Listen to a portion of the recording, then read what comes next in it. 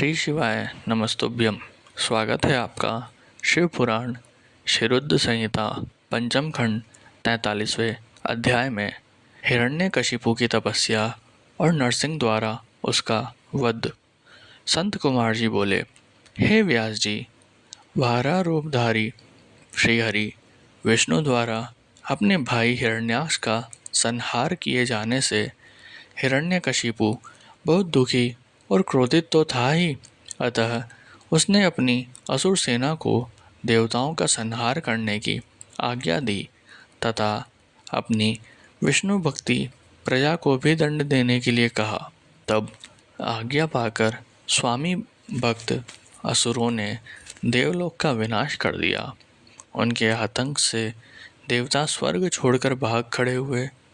हिरण्यकशिपु के राज्य में उसकी प्रजा को बहुत डराया जाता था। सबने भक्ति का मार्ग छोड़ दिया था। विष्णु भक्तों की खैर नहीं थी। एक दिन हिरण्यकशिपु अपने मृत भाई हिरण्याक्ष को जलांजलि देकर उसकी स्त्री और बच्चों से मिला और उन्हें सांत्वना दी। दैत्यराज हिरण्यकशिपु के मन में विचार आया कि यदि मैं अजर अमर अजय हो जाऊं और मेरा कोई प्रतिद्वंदी ना रहे तो कोई भी मुझे हरा नहीं सकेगा और तब सभी मुझे झुककर प्रणाम करेंगे। ये सोचते ही हिरण्यकशिपु मंदराचल पर्वत पर जाकर घोर तपस्या करने लगा। तपस्या हेतु वह एक पेड़ के अंगूठे पर खड़ा था। सिर के ऊपर दोनों हाथ जोड़े आसमान की ओर देखते हुए वह घोर तपस्या कर रहा था। इधर जब हिरण्यकशिपु तपस्या में लीन था तो देवताओं ने असुरों से अपना राज्य छीन लिया। वे आनंद पूर्वक अपना राज्य करने लगे। हिरण्यकशिपु की तपस्या का तेज दिन प्रतिदिन बढ़ता ही जा रहा था।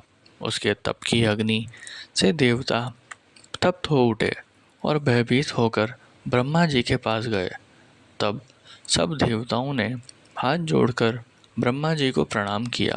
तत्पश्चात उन्होंने बताया कि हे प्रभु, दैत्यराज हिरण्यकशिपु की तपस्या से सब लोग भयभीत हो रहे हैं। आप कृपया करके हमें भयमुक्त कीजिए। सब देवताओं की प्रार्थना सुनकर ब्रह्मा जी हिरण्यकशिपु को वर देने के लिए उस स्थान पर गए जहाँ वह तपस्या कर रहा था। वहाँ जाकर उन्होंने हिरण्यकशिपु से कहा, वत्स, मैं तुम्हारी तपस्या से बहुत प्रसन्न हूँ। तुम जो चाहो मांग सकते हो। मैं तुम्हारी मनोकामना अवश्य पूरी करूँगा। ब्रह्मा जी के ये शुभ वचन सुनकर हिरण्यकशिपु ने आंखें खोल दी और हाथ जोड़कर सामने खड़े ब्रह्मा जी को प्रणाम किया। तत्पश्चात वह बोला, हे प्रजापति, हे पितामह, मैं चाहता हूँ कि मुझे कभी भी मृत्यु का भय ना हो।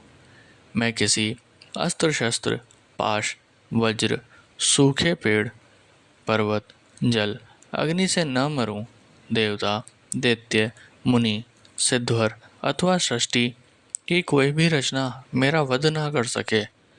दिन रात, स्वर्ग नरक, पृथ्वी पाताल, अंदर बाहर, कहीं भी किसी भी समय मेरी मृत्यु ना हो सके।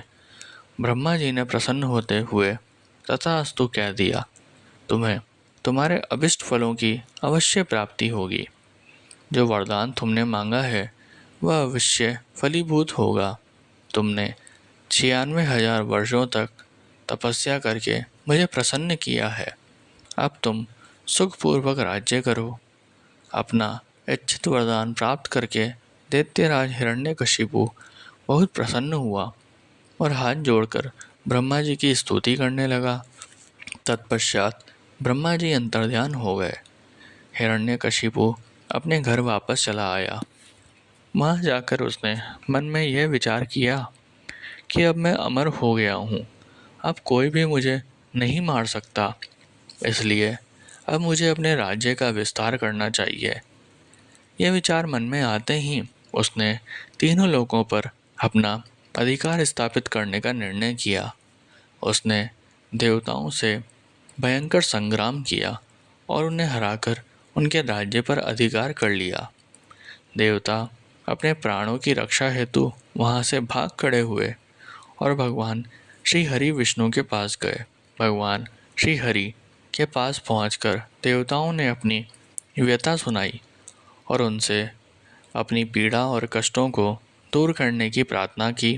तब विष्णु जी ने उन्हें आश्वासन दिया कि वे स्वयं हिरण्यकशिपु का वध करके उन्हें उसके अत्याचारों से मुक्ति दिलाएंगे।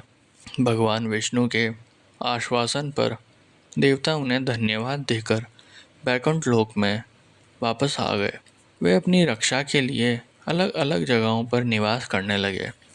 उधर श्री हरि विष्णु ने देवताओं को उनके कष्टों से मुक्ति दिलाने हेतु दैत्यराज हिरण्यकशिपु का संहार करने का निश्चय लिया, परंतु ब्रह्मा जी द्वारा दिए गए वरदान को भी उन्हें पूरा करना था। तब विष्णु जी ने ऐसा रूप धारण किया जो आधा मनुष्य के जैसा था, आधा शेर जैसा। ऐसा अत्यंत भयानक रूप धारण कर विष्णु जी अग्नि के समान प्रलयंकारी नजर आ रहे थे। नरसिंह के रूप में श्री हरि ने दैत्यराज हिरण्यकशिपु की नगरी में प्रवेश किया। उस समय सूर्यास्त का समय हो रहा था। उनका यह अनोखा भयानक रूप देखकर दैत्य सेना के वीर उन पर टूट पड़े और उनसे युद्ध करने लगे। तब पल भर में ही उन्होंने सब दैत्यों को मार गिराया और राजमहल की ओर चल दिए। तभी विष्णु जी के परम भक्त और दैत्यराज हिरण्यकशिपु के पुत्र प्रहलाद की दृष्टि नरसिंह भगवान पर पड़ी।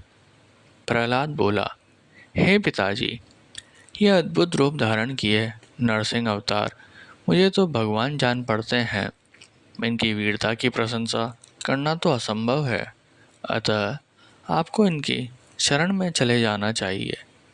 अपने पुत्र की इन बातों को सुनकर दैत्यराज हिरण्यकशिपु को बहुत क्रोध आ गया।